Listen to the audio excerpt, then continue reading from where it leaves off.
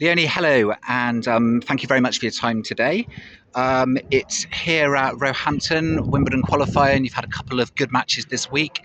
And before we get into that, I just want to talk about your experiences with Wimbledon in general. You had a juniors final here back in 2018. What does this tournament mean to you? Of course, I have many good memories from 2018, and I also played one, I think, pro event in 2021. I'm not even sure where I lost the first quality round, so I'm really happy this year to be able to win one round.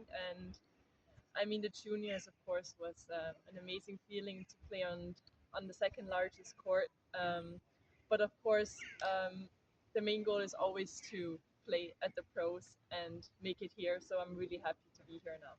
100%. And how do you like grass in general and the grass tournaments? It's quite a short season. How do you adapt from usually clay and then going on to hard court after? I feel like I do have the game style to play pretty well on grass court. We also in Switzerland only have carpet indoors, so I feel like us Swiss players we are used to fast courts, which helps us of course. And yeah, I'm just enjoying the time. I wish it would be a bit longer, but what can you do? Hard court is also fine, and Yeah. clay. Oh well, we will take it. But yeah. Yeah, absolutely. And I just talk about both your matches. I mean, the first one was an absolute roller coaster. You dominated the first set, lost a little bit of direction in the second.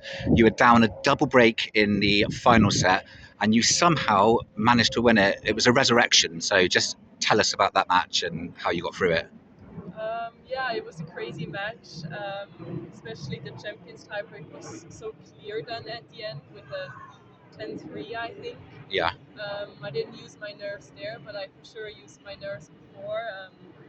I was also up 5-4 with a break in the third and new balls to serve it out, and I didn't. So it was a roller coaster, but I just reminded myself to stay there point by point mm, and just fight for it, and at the same time enjoy my time yeah, on this court and at this tournament. fantastic. And on the second match, again, unfortunately, wasn't to be. But what's your reflections on match number two? I really enjoyed the time on court. My opponent played really well, Mm, I have to say. I could have served a bit better, and I did have my chances here and there to also get a break, which would have made it a bit closer. And yeah, but even in the warm up before with my team, I already learned many new things, and I felt like I had a good feeling, even a better feeling than in the first round. So that makes me very motivated for the next few matches on what I want to work on. And yeah, you win the most when you lose. absolutely. So it's the second time in a row with the French Open as well, where you've come through as an alternate in the qualifying. I'm just wondering, with that, does that have any impact on your preparation? Do you feel like it's a bit of a bonus, less time to prepare, or is the pressure just the same as any other big tournament?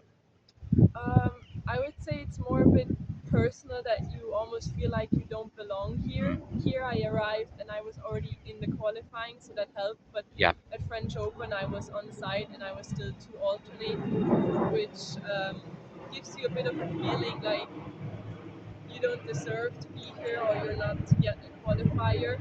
But at the same time, when we heard the news that I got in, we were super happy. We were yeah. jumping around, and I feel like you are even the more happy when you get in that way, and maybe you also appreciate it a bit more then.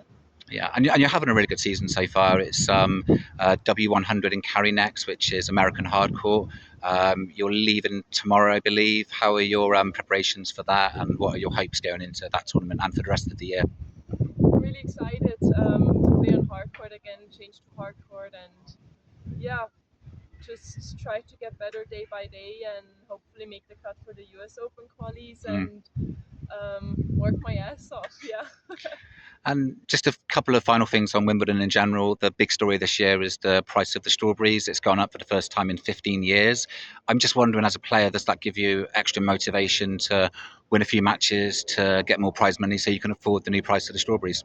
Yeah, it's really tough out here to be a tennis player here. I mean, strawberries are very important. I Yeah. always eat them with cream just Yes. because I like cream. I don't like them just plain. And so I might have to, on one day, like skip a meal because because I want some more. No, I'm joking. But it is pretty important, the strawberries. Yeah. Yeah, but on an actual real serious final note, we've got the Wimbledon. The main event is coming up next week. The draw has been released. Neither of us have actually seen it yet, but we've got definitely three Swiss players with Belinda Bencic, Victoria Golubic, and Jill Teichmann.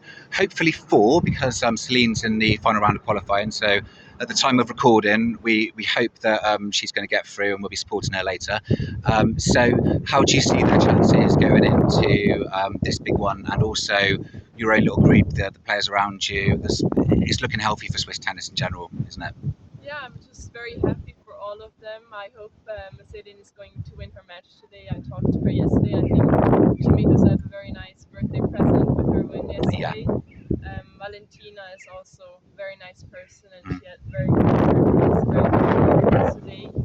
She's a good player on grass, and I Yeah. just feel like we have a lot of great young players, Swiss players that are just working hard, and I feel like they can achieve a lot. And yeah, I'm rooting for them. Fantastic. Well, thanks ever so much, Leonie. That's wonderful, and wishing you the very best of luck for next week and for the rest of the season. And hopefully, you have a lot of success on the hard courts in America, and you get into the US Open qualifying, and you get into the main draw as well, and that sets you up for an amazing year next year. Thank you so Thank much. you. Cheers. Goodbye.